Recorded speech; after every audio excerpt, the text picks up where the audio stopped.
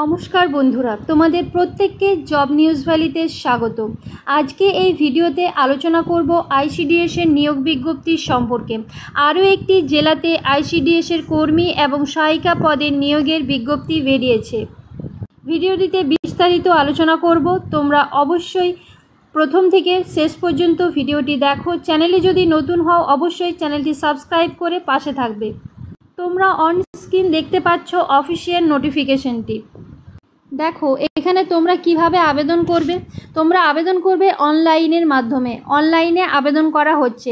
Official website www.icdspsbdn.in অর্থাৎ এই official ওয়েবসাইটে গেলে তোমরা আবেদনপত্র জমা করতে পারবে।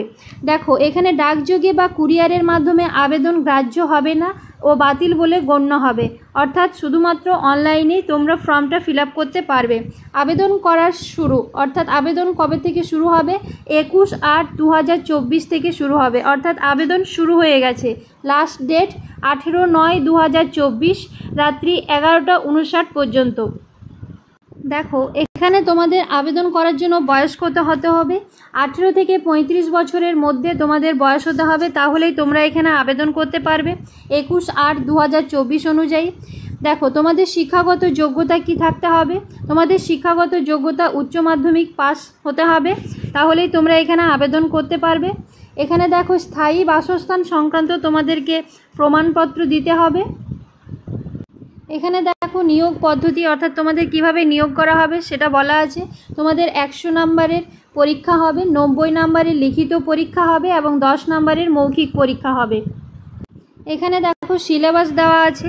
তোমাদের মাতৃভাষায় রচনা লিখতে হবে, তারপরে পাটিগণিত 20 নম্বরের, নিরাপদ রন্ধন প্রণালী জনস্বাস্থ্য ও পরিচ্ছন্নতা 15 নম্বরের, ইংরেজি আছে 20 নম্বরের, সাধারণ জ্ঞান 20 নম্বরের, মোট 90 নম্বরের তোমাদের পরীক্ষা হবে।